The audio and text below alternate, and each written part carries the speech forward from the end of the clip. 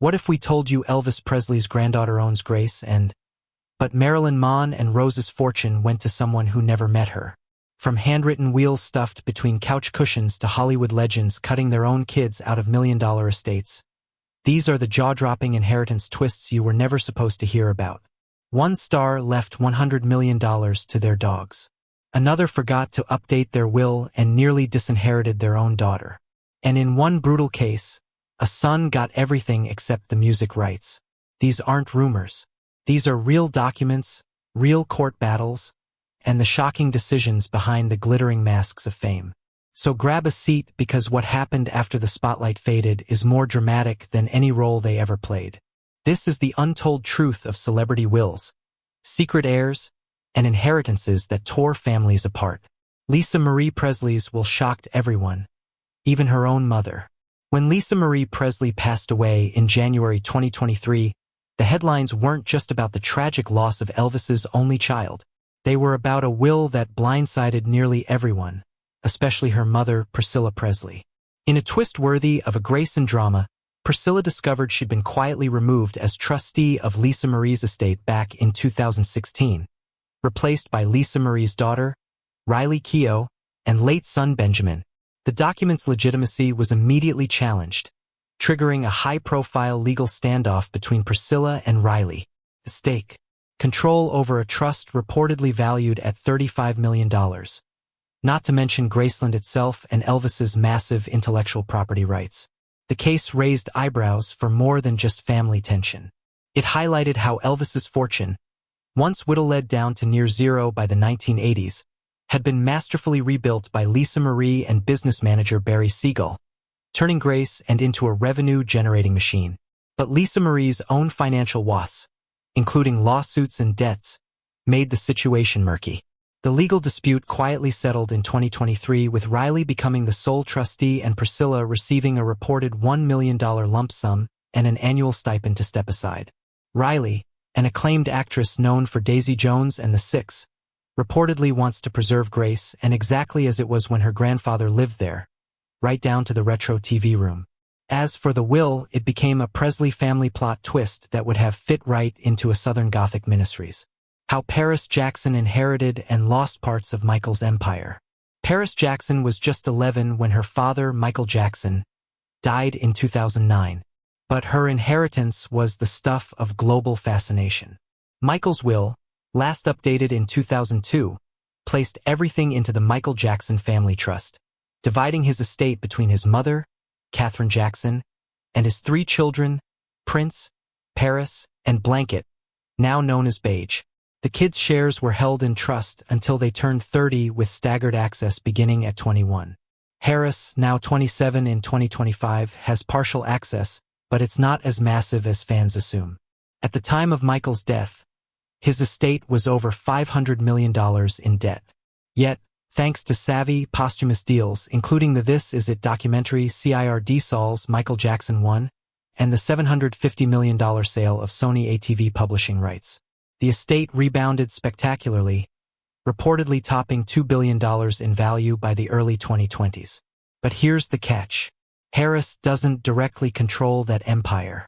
The trust is managed by executives John Brinca and John Mlan, and they've faced repeated legal battles with the Jackson family, including a recent 2023 suit filed by BG over investments.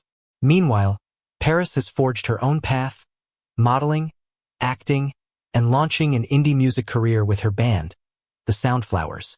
She stated in interviews that she doesn't care about the money, preferring artistic integrity over inherited wealth. Still, parts of her future inheritance could be affected by ongoing disputes over taxes, royalties, and control. It's a complex legacy built by a king passed down in pieces. Kirk Douglas left nothing to his kids, and you'll never guess why. When Hollywood legend Kirk Douglas passed away in 2020 at the age of 103, many assumed his estimated $61 million fortune would go to his famous son, Michael Douglas. But the Spartacus star had a different legacy in mind. His will directed that almost all of his estate be donated to charity, specifically through the Douglas Foundation, a philanthropic organization he co-founded with his wife and decades earlier. The foundation supports causes such as education, healthcare, and social justice, and has funded everything from playgrounds in LA to scholarships for underprivileged students. So why did Kirk bypass his own children, including one of Hollywood's most bankable actors? It wasn't spite, it was philosophy. He believed in earned success and had long maintained that Michael didn't need the money. By the time of Kirk's passing, Michael had already amassed a personal fortune of over $300 million thanks to his hits like Wall Street, Basic Instinct, and Romancing the Stone. The family understood and respected the move. Michael even praised his father publicly, calling him a legend, not only on screen, but in giving back. A nerdy detail, one of Kirk's final donations went to refurbishing the Motion Picture and Television Fund's Alzheimer unit, where he often visited aging colleagues. His decision wasn't a dramatic snub. It was a masterclass in purposeful giving, quietly closing the curtain on a Hollywood life that never stopped performing, even off-screen. The Sinatra Inheritance War. What Frank Jr. really got. Frank Sinatra was a man of impeccable timing. But when it came to his will, the drama didn't end with a final note. When Old Blue Eyes died in 1998 at age 82, his estate was reportedly worth between $200 to $600 million thanks to a lifetime of touring, film royalties, and music rights. But instead of his only son, Frank Sinatra Jr. being the primary heir, the majority of the estate went to Sinatra's fourth wife, Barbara Mark Sinatra, whom he married in 1976 and stayed with until his death. This decision ignited years of quiet but bitter tension between Barbara and Sinatra's children from previous marriages. Frank Jr., himself a working musician and conductor, was left with only a modest trust, reportedly around $1 million, plus some memorabilia. Nancy and Tina Sinatra, his daughters, received similar treatment. Barbara, on the other hand, inherited Sinatra's Beverly Hills mansion, a large portion of his music catalog revenue, and more than half of the estate's liquid assets. The real flashpoint, control over Sinatra's image and licensing rights, which Barbara initially wielded like a fortress. While Frank Jr. never publicly trashed the arrangement, insiders long believed he felt sidelined, not just by the money, but by the stewardship of his father's legacy.